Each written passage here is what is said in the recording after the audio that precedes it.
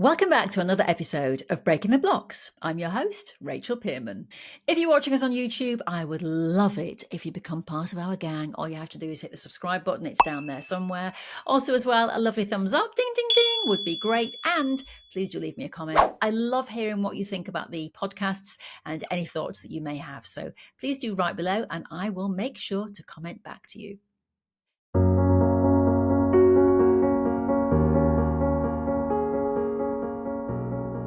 Have we really absolutely learned anything? Or is it we're just taking for granted what we're given? And we should be asking the right questions.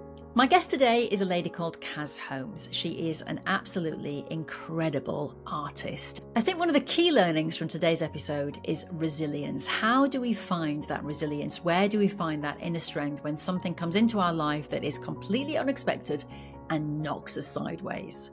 But also, how do we make sure that as well as giving to the other person when you're a carer, you give back to yourself? Where do you find that voice to stand up and say, well, actually, this is what I need as well?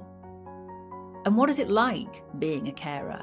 What is it like when your husband of 40 plus years has a debilitating stroke and suddenly the dynamic of your relationship changes? That's one of the themes we'll discuss in today's show, as well as creativity and learning how that can really help you to come to terms with the issues that I've just mentioned and also find peace within yourself. So sit back. I hope that you'll enjoy the episode today and maybe learn a thing or two to overcome a block that you may have in your life.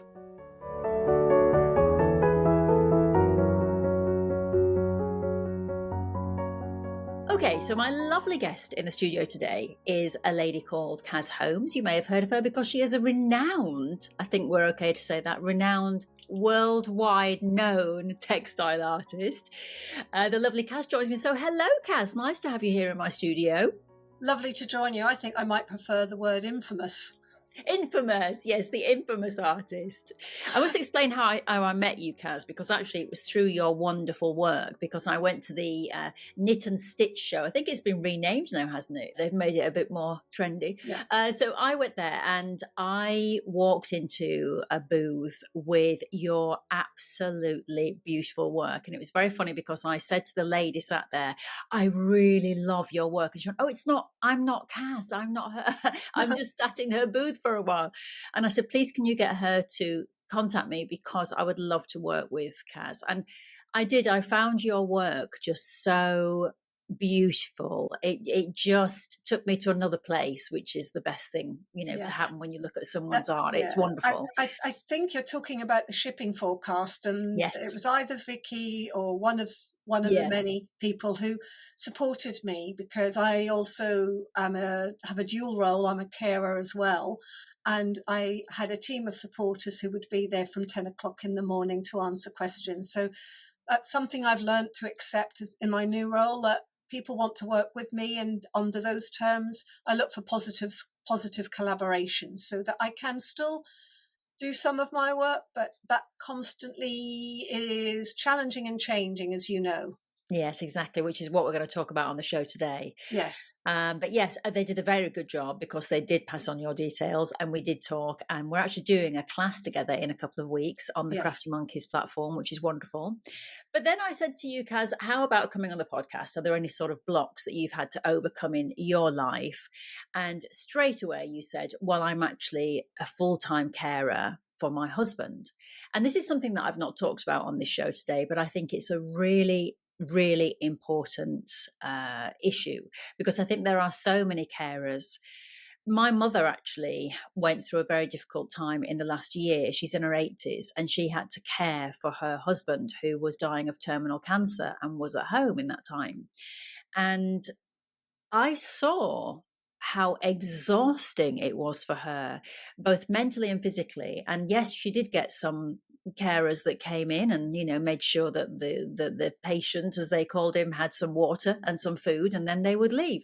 But it's such a huge job. And I think that it's not talked about enough. And I don't think the responsibility and the difficulties that come with it is really appreciated.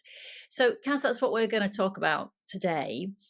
But Where do I find you at the moment? Then just give a little bit of a background to people who may not have come across you. So obviously you're this wonderful artist. You actually have a studio at home, and where are you based at the moment in the I'm country? based in Maidstone in Kent.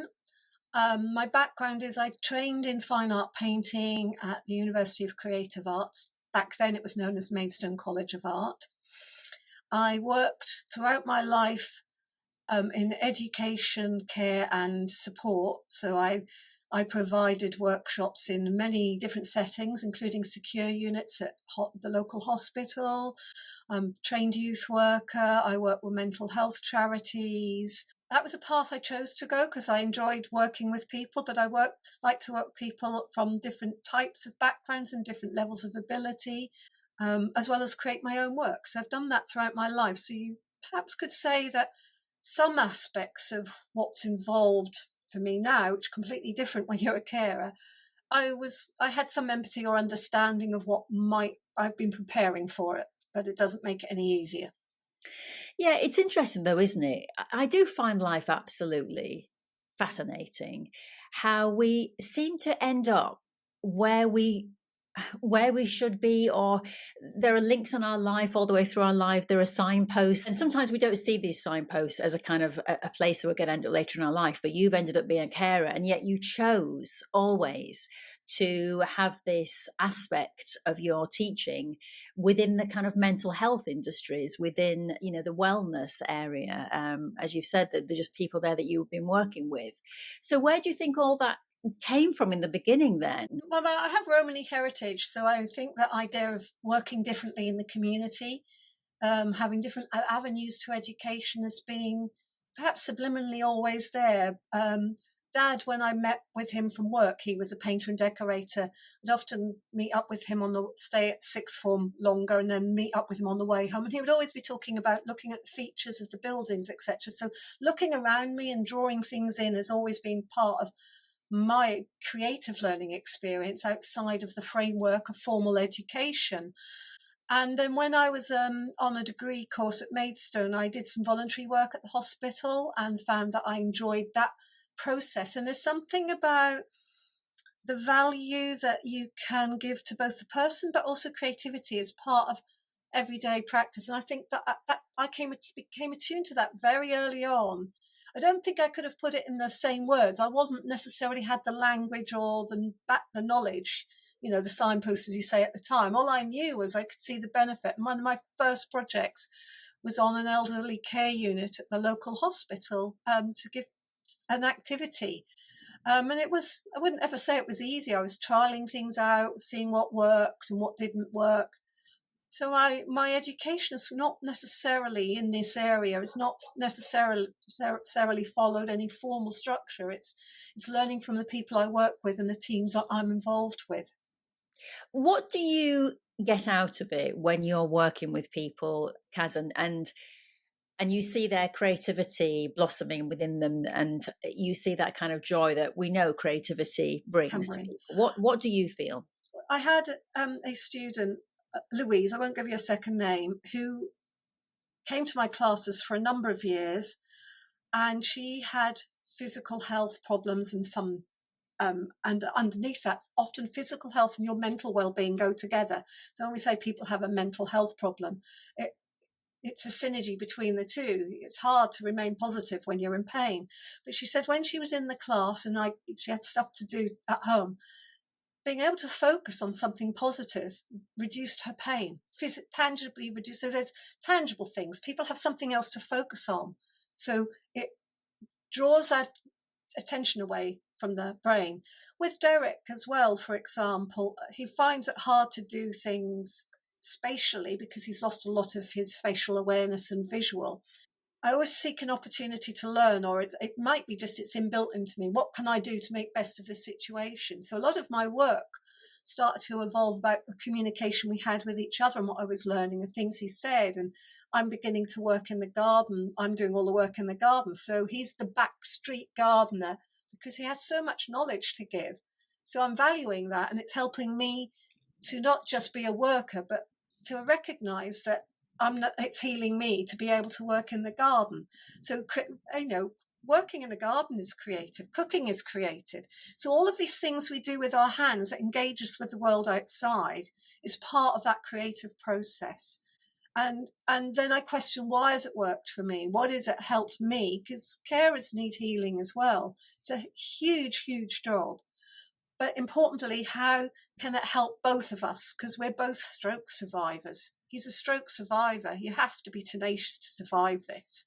And it's not easy, but just try to do what you can. I mean, I should be running around going, what, worry, worry, worry. And I am probably churning up inside at the moment, but doing some familiar things helps to keep that calm in. That's what I've learned from myself. Engaging with something positive for me helps me to control all the other stuff that's going on. Well, let's talk about Derek, because obviously you've mentioned him there. So this is your husband, Yes. for who you are now, the full-time carer. How long have you and Derek been together? I'm sensing that it's many, many, many, many, 44 many, many years. years. Wow. Okay, 44 And years. he's my life partner, so Oh, we're not stuck together by anything else other than we get yeah. on with each other most of the time. Yes. So you said he had a stroke. So this is what's caused the reason that you are now a carer. So Yeah. when was Derek's stroke, Cas? 2021, September the 5th, virtually the day my book, Embroidering the Everyday, came out. I was due to do some follow-up with that, some promotion and everything. Literally, you had a celebration and challenge in one hand, and that's actually felt a constant in my life, but particularly in the last 5 years. The moments of challenge in teaching is a challenge, but it's a positive challenge. It's hard and rewarding. Caring is a primary challenge. I had to relearn a lot of things, but there's also celebration, and it's like constantly balancing those scales. So ever since that day, again, you say about signposting. There I have a celebration of that book coming out of a hard work, valuing the everyday things we have as things that I've learned that I needed to do, as everybody else did during the pandemic. And that taught me a lot of things about how we see the world even more, differently. But at the same time, trying to cope with a rapidly changing situation on my doorstep. Yeah, I want to talk about Derek in a second, but as always with this podcast, we never know where it's going to go. And it's just gone somewhere that I want to just ask you, where does that positive attitude come from? Because you've said it's followed you through your life, this kind of celebratory. And I was just about to say to you, isn't that just life? That so often we have something that comes in and we go, yay, and then bang, we're sort of left field, something happens. But how have you developed this kind of positive attitude? Because I know you said you're churning up inside, but you are still trying to remain positive. I know your creativity has helped you, but where do you think it's come from, Cas? Has it always been innate from you from when you were little? Were you always a kind of glass half full person? My dad had a nickname for me, Mile a Minute Cass. I mean, my birth name is Carol, but I've been called Cass for a long time.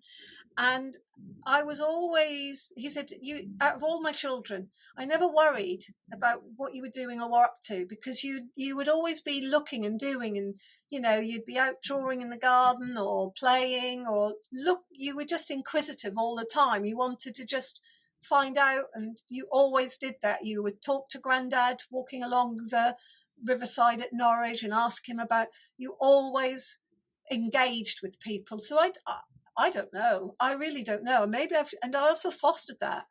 And I really so enjoy valuing watching people grow, but yet go through the challenge. I mean, one of the things when I'm teaching, I make it clear that I never use the words easy as a description of my workshops, because I don't find creativity easy.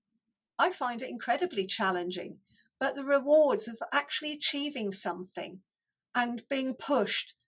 And I think artists, if they want to be successful, have to be tenacious.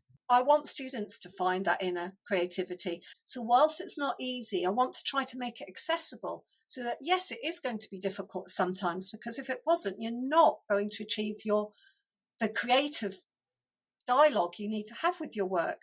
You can go and learn to make something, but does it mean anything?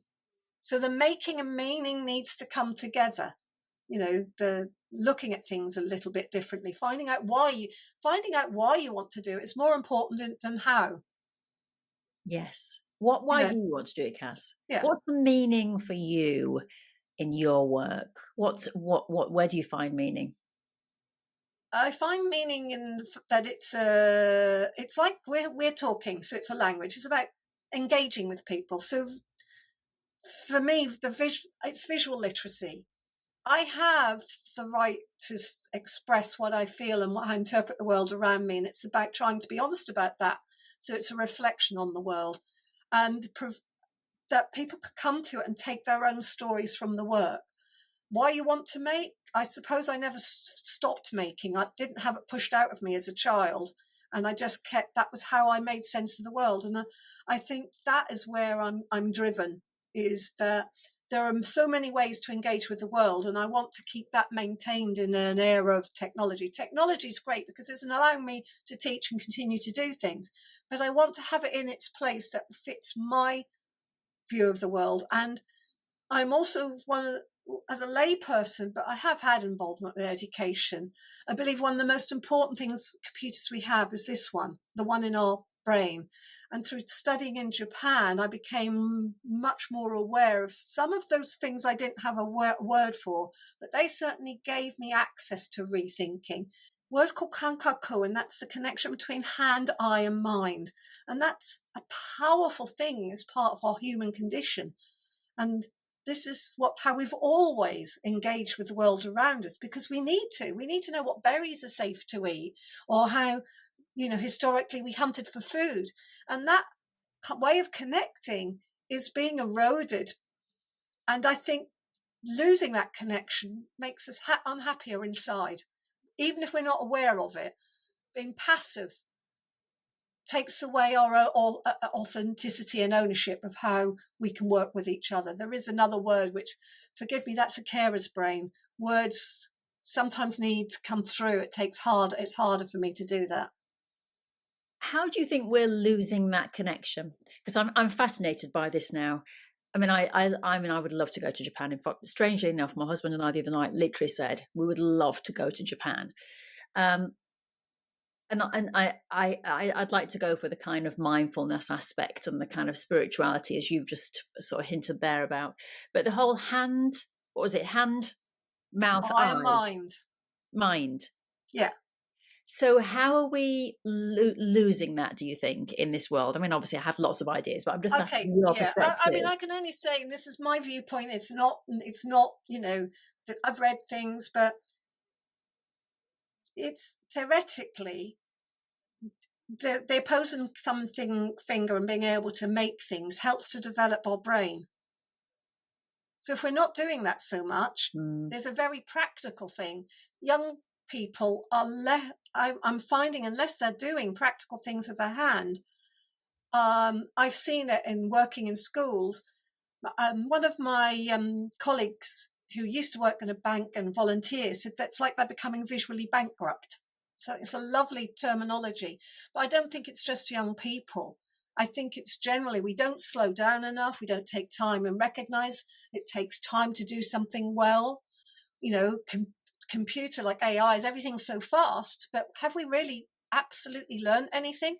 Or is it we're just taking for granted what we're given? This is I mean, these are words coming fresh out of my mouth. So for some people, oh, well, I'm content that that's where we should be. We should be contentious. We should be challenging things, and we should be asking the right questions. So I think that connection between hand, eye, and mind helps us to develop our faculties in a much more sincere way, that our reasoning then develops. All of those things are giving us power, rather than passive and always receptive of things.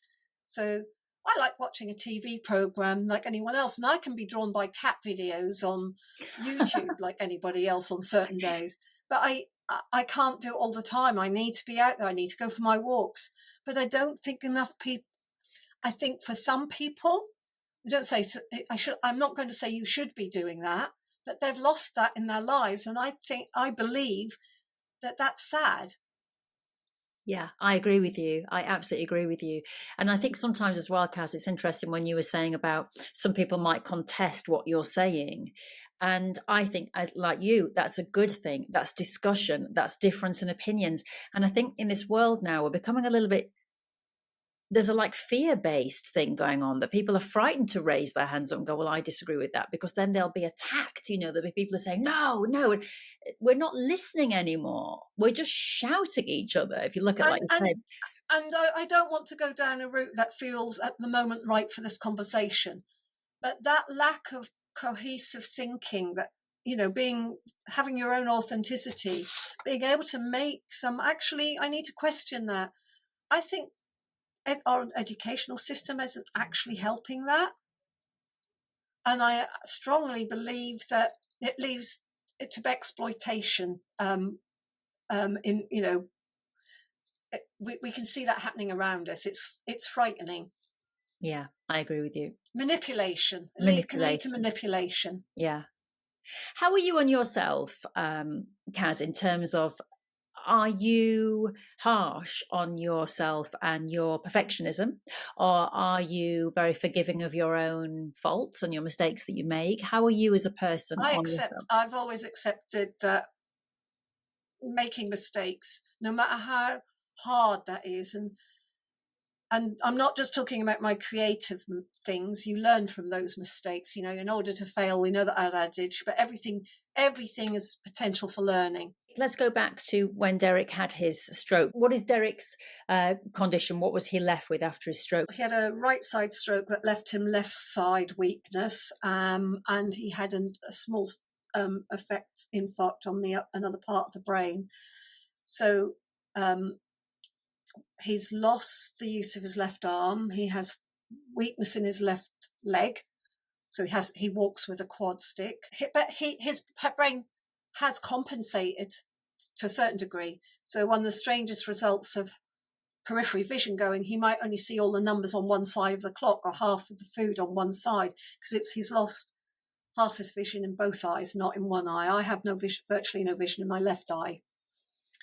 He also, in the early stages, your brain fills in. So he knew he was hallucinating in hospital. So if he was tired, it doesn't happen so much now, he'd fill in the gaps, and particularly if people are on the left side of him. So he said the doctors often had dog heads or cat heads, something familiar. He'd filled in, but he was outspoken. He told them, I'm seeing things, and he said they were really interested, because it is a known syndrome, but a lot of patients don't like to talk about it because they think they're going mad. He said, I know I'm not that. He said, I know it's not real, but can you tell me why? He couldn't communicate verbally for a few days, but that came back, so he is able to communicate very effectively. He has left side neglect, which, particularly in the early days, and sometimes it happens, his brain forgets his left side isn't working, so he has to be reminded when he's out, or he can walk a few paces. He does look to remember, but that's where the risk factor comes in. If he forgets, he can do something and thinks that he can stand without using a stick. But he's had 2 falls in 4 years that have needed to be hospitalised, so I think that's saying something. And he broke his hip a year later. That's a risk factor when somebody's mobile with a stroke, but I'd rather he was mobile than in a wheelchair. So that obviously is a lot to deal with. What was Derek's occupation? Was he working at that time, or was he retired? I met him at art school. He did odd jobs. He's a builder, decorator. He turned his hand to anything. Our whole house is a reflection on our lives. So if I'm known for my use of found materials, this studio is everything in it is we've found old cupboards. He's built shelves. I did a little, anybody wants to find it on Instagram, you can see what was his work shed is now my studio, which he converted. So this must have been incredibly difficult. I mean, it's always difficult, no matter who you are, to have a catastrophic stroke like that is very difficult. But it must have been so difficult for the two of you because, as you've just said, they're, such a hands-on person, always making and doing. And the one thing he can't do anymore is to make and do to the extent that he did, certainly. I helped him pre-pot his bonsai, but he needs assistance because some things are not safe or he can't manage them with one hand. Yeah. I mean, I had my arm in plaster this time last year and looking after him, simple things like lighting the cooker. So he'd press the button and I would turn it, or opening a can. I had to bring it to his table. I'd operate the key and he would clamp it because I didn't have two hands. So we were a good partnership. That's why I said care with stroke survivors. We worked out how to do some things together when I only had one arm as well. People said, well, you got a pair of arms. I said, no, we haven't. We've both got two right arms. Yes. That's not a pair. That's They not a don't, pair. no way are they a No. pair. How was it in the first few months? Because I would imagine that there would have been a lot of, obviously there's shock. I would imagine in a way there's a grieving of the previous life Yeah. that you had. Yeah, And there is still, frustration. yeah, regret, I think. Small regrets. I've learned to do things differently, and I don't say what regret is the right word. I've been very fortunate. I've led a full life, so that's carrying me through this time. I've been to places. I met some incredible people, had wonderful experience. Some people don't have that, so I count myself fortunate, and I'm still having those experiences, but all but differently. I think the biggest shock was that Derek is a homebody, and this space is a lovely space to be in, and I've always been one, and I think that's the Romany thing, that I like being out in different environments, working with people. It's always about being with people in different environments. Holidays don't do it for me, although when I'm traveling, I like to go somewhere different for a day and learn. I wouldn't want to be laying on a beach. It's not me. And I like being with people when I'm doing that because it's their space and they can tell me so much more than I can learn.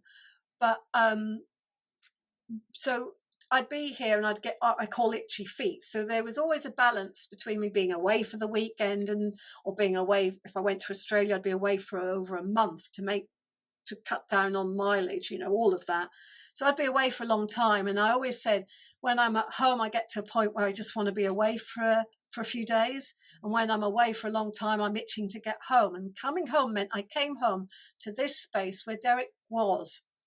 And that was the strangest thing when he was in hospital for 3.5 months and I was catching the train and cycling because I don't drive, cycling to see him at their cottage hospital. Being here on my own, I've come home and he's always been here.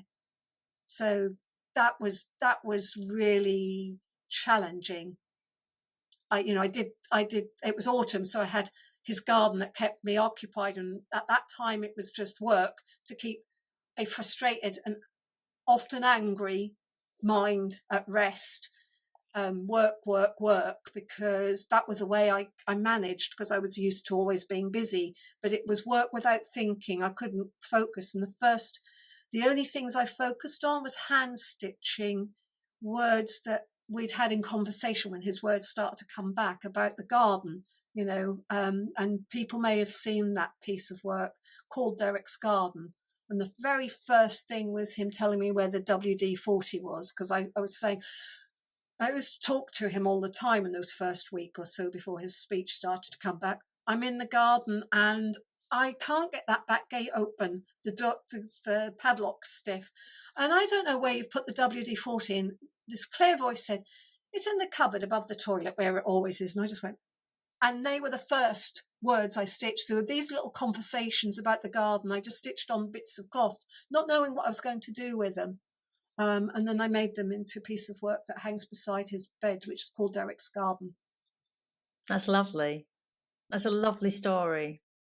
Now you mentioned that, angry. So, and I presume you meant that Derek was the angry one. Well, maybe you both were. Angry and frustrated, it's like it's a flight or fright. I think many people, when we went in the pandemic, I don't know how it felt for you, but that first 2 or 3 weeks, I felt I was trying so much to manage something that I couldn't have management over. People were telling me, could they rebook me? And I said, I don't know. And having all of we didn't have any financial support at that time. You'd got all of your earnings just sucked out from under you. It was, if anybody felt that, that's what I was going through again, but probably twice as much, because I was on my own.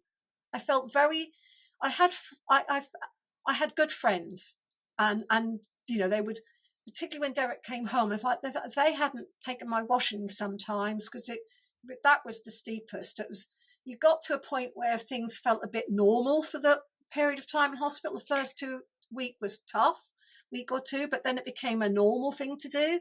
That when he came back home, again, that first month was just a nightmare.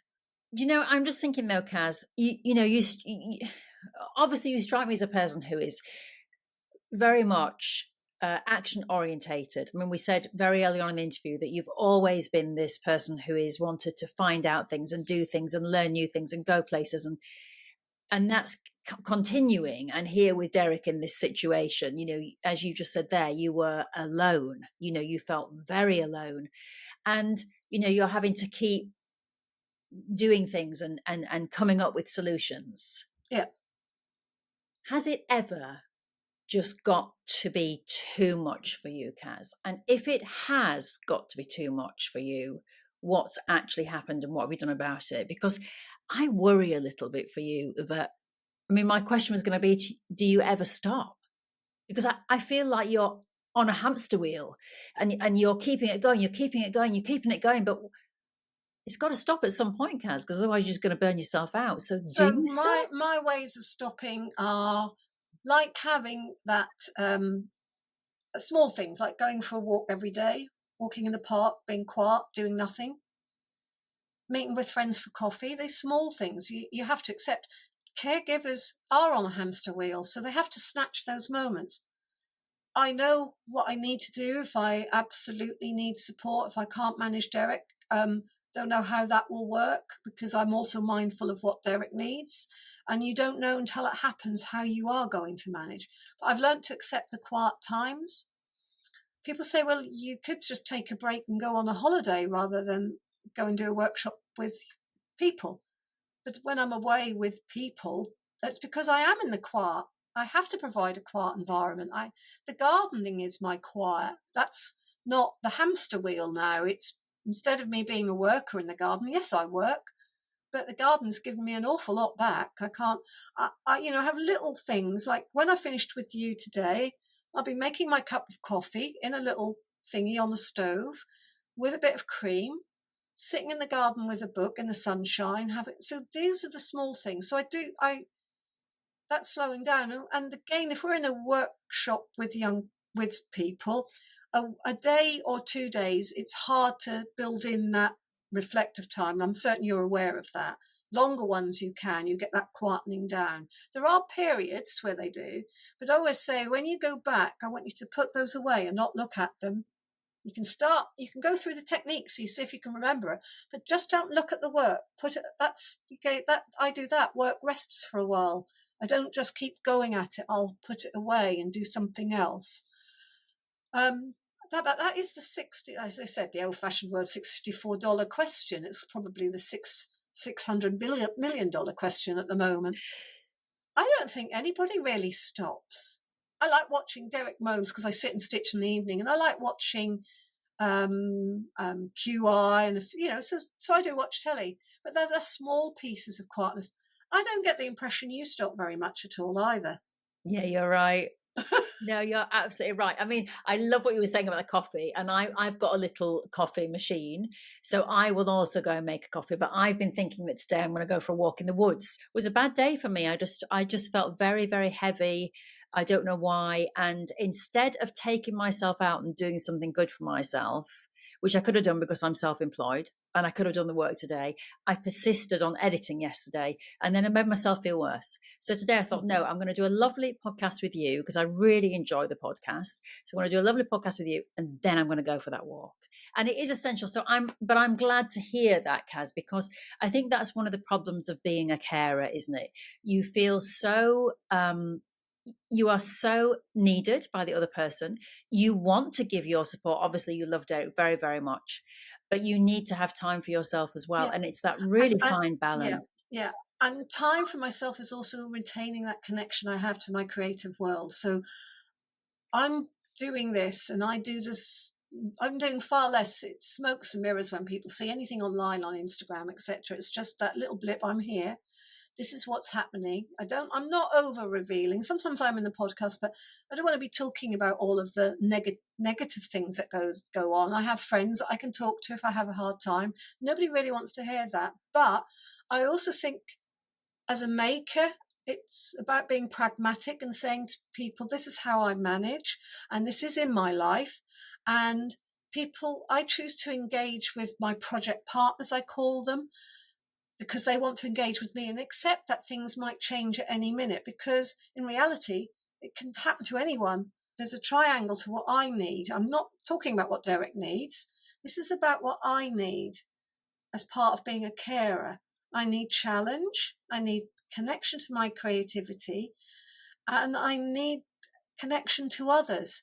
And that creative intellectual challenge, being with other people, because I spend more time on my own now, retaining that at the moment. I'm not saying it won't change, but I can't ever see wanting to lose that connection with people through teaching. I do less of it. I really enjoy doing it. I enjoy watching, but also I want to keep those skills alive in me, because I think that makes what I do livable, viable, and the person that I am. I can be annoying. I know that. I think some students probably find me totally annoying, but I'm not saying I only do what I'm doing because it's the only way I know how to do. I try to do it with care without hurting people, but we're human and we're all going to make mistakes. We're all going to say something that one day might not sit well with someone else. But the best thing we can do is talk about things and find a way of talking. So there are days I want to throw plates at the wall, scream. I mean, I literally, one very simple story when early days Derek came home. When I learned how to get him in bed because he could walk, but some days he had weak days. I learned these things. And one carer came in, and I'm certain that she meant well, but people get in their routine. So one carer came in, and it was nine o'clock in the evening, and he was in bed by then, and I'd got him into bed, and her first words were with me, not "How are you? What can I do?" were, "Oh, he's in bed. What am I going to do now?" And I just looked at her. I was in utter disbelief. Unfortunately, the enablement officer was somebody I knew previously, but I wasn't even in my head at the moment. I said, "I don't know, but you're here for 30 minutes, so I'm going for a walk." This was November. "I'm going for a walk around the block because I need a walk." I hadn't been out of the house. That was the toughest thing. Those first 4 weeks, I barely was out of the house, and I'm an outdoor person, and I'm going out for a walk. And I left her and walked out of that door, and I only went out for 10 minutes to get some fresh air and realised I was still in my slippers. Came back. And I said, "I apologise for being direct." I said, "If I didn't get out of the house then," I said, "and I don't know, you're here, you're looking after Derek." I said, "But if you come and he's already in bed, he's in bed," because they've got their paperwork to do. They were there to support me as much as Derek. And I just did what I felt I needed to do at that time. And then think, well, actually, you were a bit abrupt. I apologised to her. I phoned the enablement team person who sometimes came around to see and explained. She said, "Cass, that's absolutely fine. No problem with that." She said, "In fact, your lunchtime when they come round, you go for a walk." I mean, you're incredibly strong and resilient. I mean, one thing that's coming through to me, Cas, is because it would be very easy to say, oh, the reason that you like, going off and working with people and teaching and, is because you're running away. You're running away. No. You always have to be with other people. And I genuinely do not believe that of you. I genuinely believe that, as you've said, you are just this inquisitive person who is constantly searching and wanting to learn, but also give back, I think, and have that human connection. And also, it's not about running away. It's recognizing, what can I do that's viable? I know that might not happen for long. Derek's brother's older than him, so he flies over to give support. My mother has dementia. My sister lives in Norfolk, and her husband's got Alzheimer's. So we talk to each other via phone. And I know my well-being is cited within my creativity. And it's also good for Derek to see, it's a positive thing for him to see. I can be up here and I can hear things. It's good for Derek to not have me in his presence all the time. He needs a break from me. Yes, that's very important as well, because in a way that gives him some of his independence back as well, because so much of his independence has been taken away from him. So it's about how do we manage the next stage and the next stage or the next change for me and him. How did I manage the change with my arm in plaster with no support? Yeah. If I hadn't called upon friends who helped with changing the beds and doing the wash, that immediate attention, the physical things were what I needed help with, or cooking. Crossroads came and gave me some extra support as well. So they've been brilliant. They're a brilliant charity, Crossroads, because they know I'm a lone caregiver. But there is that thing about accepting those changes and maybe preparing for them, but being able to be with other people and him to see me still doing is good for him. But fundamentally, I'm his partner. I'm his life partner first. Yeah. And I think that's one of the really difficult transitions when it's your partner who is needing the full-time care, which is so often the way. Because, as you say, you're his life partner, and then suddenly you become his carer.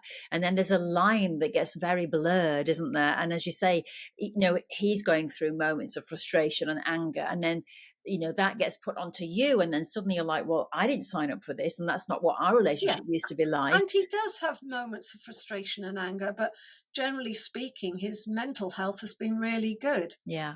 One of the biggest lessons I've learned in life, Cas, is to go with the flow of life. Because you have to accept it. You have to accept it. All this stuff is going to happen. And if you are trying to swim up the river the wrong way, it's just going to exhaust you, and it's going to be so difficult. You have to accept with what life gives you, and you have to go with the flow. And that's something I feel that you do very, very well.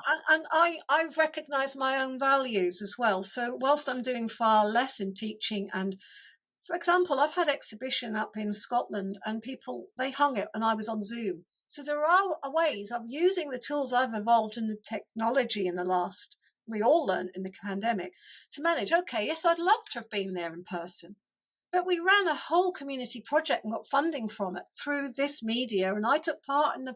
So there are other ways of managing, and my feeling is if people are willing to do that with me, then I'm willing to work with them, and I'm not going to put myself through stress if it can only be done in a certain way. So it's about people meeting me more than halfway, if you like. It's that little bit of, let's see if we can do things differently. And I think that is what caregiving is, and that's what creativity is. It's about not sticking to the patterns. It's about looking and engaging creatively and intellectually with what is possible rather than it's always been. Yeah. And also as well, Cas, one thing that's really coming through from this interview, and I think this is such an important skill for anybody in any situation in their life, is to stand up for what they want and tell people what they want and need. Absolutely. Like you did in that room that day. I'm going for a walk. I need this. You could have just sat there and let all those feelings inside just bubble away, but you didn't. You said, this is what I need. And from what I'm hearing from you, this is what you are constantly saying in your life, and you're asking other people in your classes to find out what they need. Yeah, I was interviewed by We Care UK, and I actually went to the Houses of Parliament in December. I don't get carers allowance because my earnings still take me over that minimum.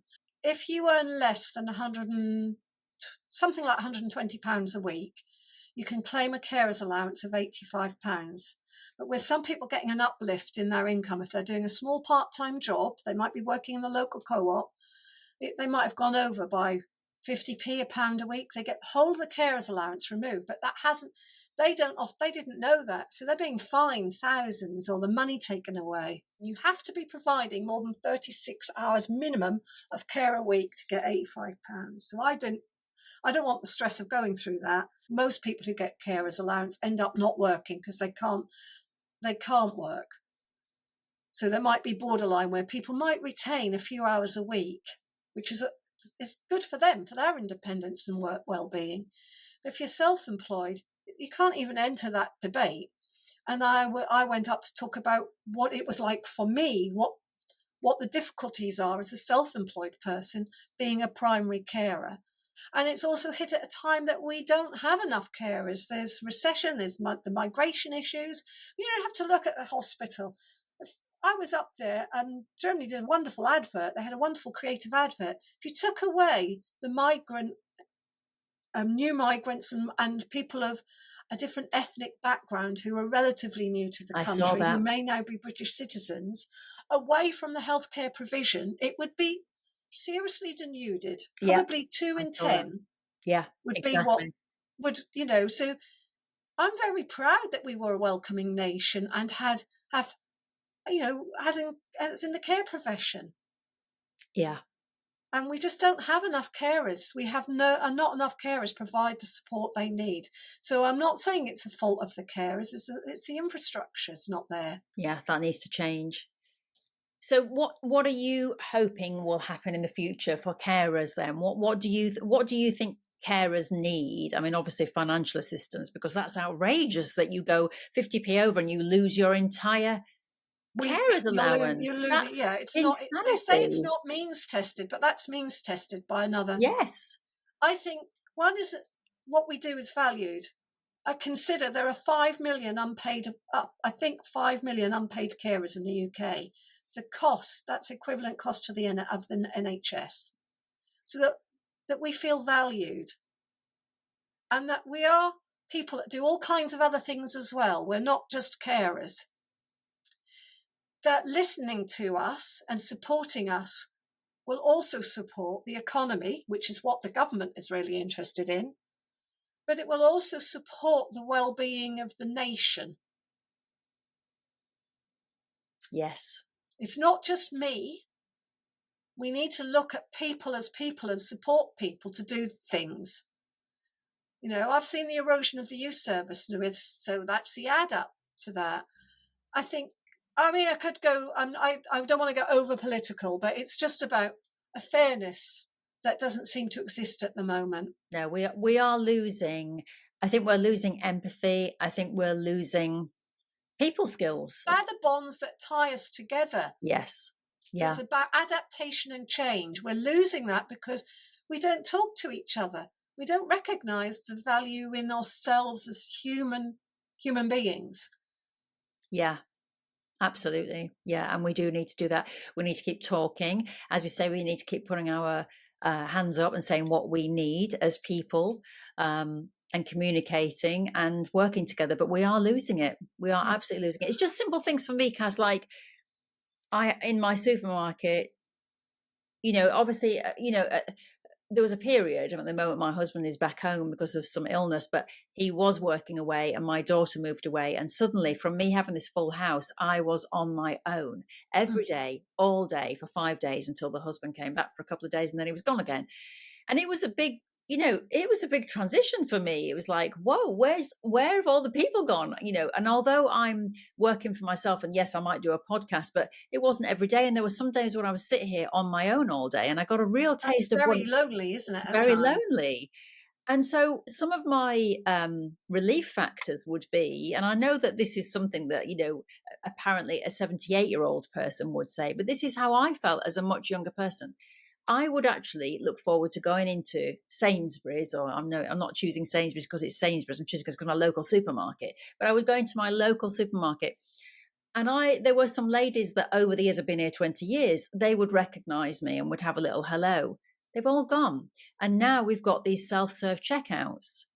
And I just find little things like that are eroding our society, because I would go in and I would have a conversation. Oh, how's your daughter going? I remember she used to come in. She was always so well dressed as a 5-year-old and now she's at university.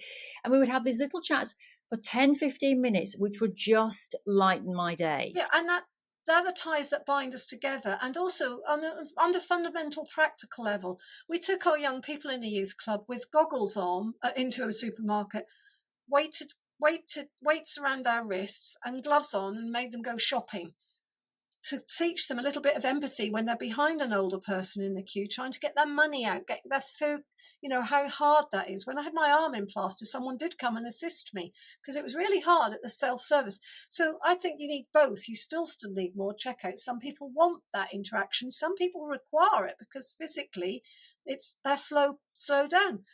I mean, simple things like operating those machines. Everyone is different. If your eyesight is going, or if you are beginning to lose some of your cognition, that becomes so much harder.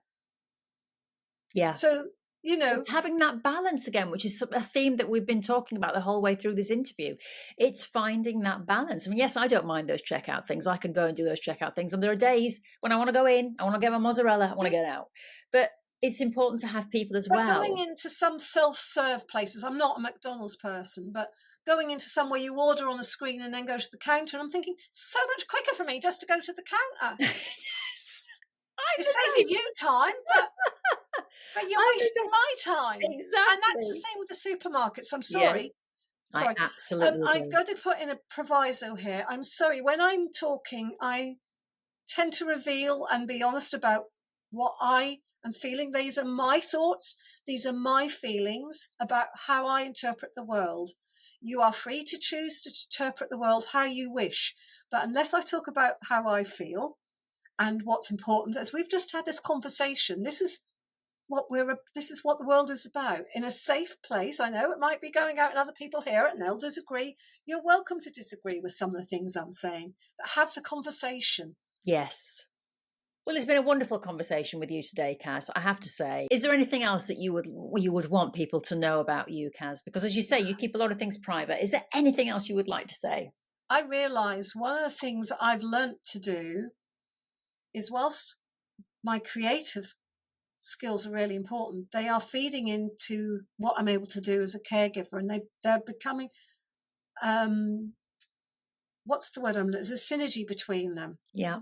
There always is. My work is has always been about the world I live in. So this is the world, and how has that changed? I started to make pieces about our connection between our inner and outer world, my understanding of Derek's brain and how he perceived things and how he still connects tangibly to the world around him, but how my world has shifted and how I'm looking at things on a more intimate level. And what about anybody who comes across Cas as a person, not just as an artist, but as a person? Is there anything that you would like people to know about you, Cas, or appreciate about you? Or I like a walk. I enjoy sitting down and having a chat over coffee. It's always coffee when I'm out, because unless it's at a house where they can make the tea, because tea is social. I've got more open about people coming round to chat and be in my studio, but that's on an invitation basis because of Derek, so sort of one or twice. So I do a lot of work more locally, some of it voluntary, because that enables me to use some of my skills back into the community. And that connection is really important, but that is valuing that locality as well. I can be very annoying at times with my passion. I know that. I need to learn to shut up sometimes. Anybody can buy me a bar of chocolate as long as it's dark. Yes, I'm the same. It's got to be dark chocolate. Yeah. 70% cocoa solid minimum. Yeah, and I love your little coffee thing, because what are they called, those? Because it's like, I've got one. It's like cafetiere. It's a cafetiere. Yeah, it's like the silver thing, though, isn't it? It's like you put it in, and you fill it with water. It's got a little thing, and it bubbles up into the top of it, doesn't it? Love those. I'm not a coffee snob. I just like my coffee the way I like to have good, strong coffee. Well, have you been to Bar Italia in Soho ever?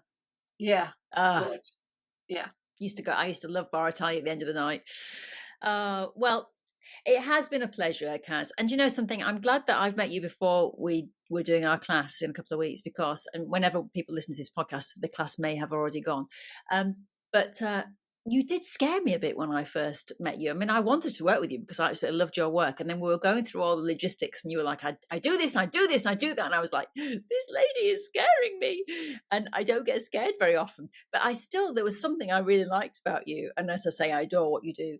But actually getting to know you now and hearing where that kind of comes from, I think you're right. I think it is passion. I think it is wanting the best for other people, but for yourself. And that's really important. And this is a great skill that I think, hopefully, if people have listened to this show today, to take on board. Yeah, and I have to remember to pull it back so I don't scare people. As a final sign off, Cas, I've just forgotten to ask you the magic question. So before we go, final question is, do you have a motto in life that has kept you going, or that you've always remembered, or that you say to yourself or to your students? I have two, and they were both inherited. One from my local county where I grew up, and one from the Winston Churchill Trust, which I have on my 20. I got a fellowship in its 25th year. So the Churchill Fellowship is, with opportunity comes responsibility. Very true. I was given that opportunity, and it's opened up so many doors. I can pin it back to somebody having faith as a 25-year-old sitting in front. You want to be scared? You try talking completely without anything in front of you to a panel of 12 members who represent the Churchill Fellowship. After arriving late because there was a bomb scare, and you had to explain you weren't going to be there on time, and still I managed to persuade them I was worth sending away. Probably they wanted to send me away, but worth sending away to Japan. And then the second one, which the University of East Anglia has adopted, which is the Norfolk saying, to do different. And different. Yeah, and the University's East Anglia says to do differently, which I think is a wonderful way. And I think I've lead my life by that. Is don't just see what's there, find out, accept there may be other ways of doing things, to do different. I think that's a wonderful motto. Yeah, it is. And it absolutely sums you up, Cas. It really does. You're constantly searching for different ways to do things. And I love your vigor and your passion, particularly when you take on board what you've been through with this, very difficult thing that happened to the two of you, to you and Derek. And you're still going through it, and yet you're still working your way through it, and you're going with the flow, and you're going with the challenges, and you're not fighting it. You're saying it is what it is, and we have to work with it. And it's an admirable quality. And I think that has added to your other admirable qualities, Cas. I think it has. I think in a way, we're sent these things to test us, but also to help us grow. And that is so precious. Well, you're precious, but not in a bad way. Someone says to you, you're precious. Scary sometimes. Precious. Scary sometimes. A little bit scary, but now you're a lot less scary, and I'm looking forward to our class. So but thank you so much, Cas, for spending the time with me today, because I know your time is very valuable, so I really do appreciate your time. You can now get your wonderful coffee with your cream and get your roofer back on the roof so he can carry on his job. Now. He's fitting me in at the beginning or the end of a day, so it's not a big job. No, and I'm going to go for a little walk in the woods and ground myself, and then carry on. So thank you so much for your time. It's been an absolute pleasure. You're welcome. Take care then. Lovely to speak with you, Rachel. Bye-bye. Thank you. See you soon. Just before you go, lovely listener, can I ask you a favour? If you have a friend who you think would enjoy listening to this podcast, would you mind please telling them about it? It helps me to spread the word, and you never know, they might get a life lesson out of it, or at the very least, just have a lovely 40 minutes of relaxing time for themselves. The second thing to say is that if you have enjoyed this, it would really help me if you would give me a little quick like or a comment, especially if you're listening on one of the podcast platforms. It just means that when anybody lands on the page, they can see that people have reviewed it, they've liked it, enjoyed it, and got something out of it. So if you wouldn't mind leaving me a review, that would be amazing. And the final thing to say is that if you are a business and you're thinking, how do I get my message out there? Well, you could do it on this podcast. All you have to do is reach out to me, rachel@breakingtheblocks.com. The details are below in the box. Thank you so much to everybody for listening and enjoying and saying the lovely things that you're saying.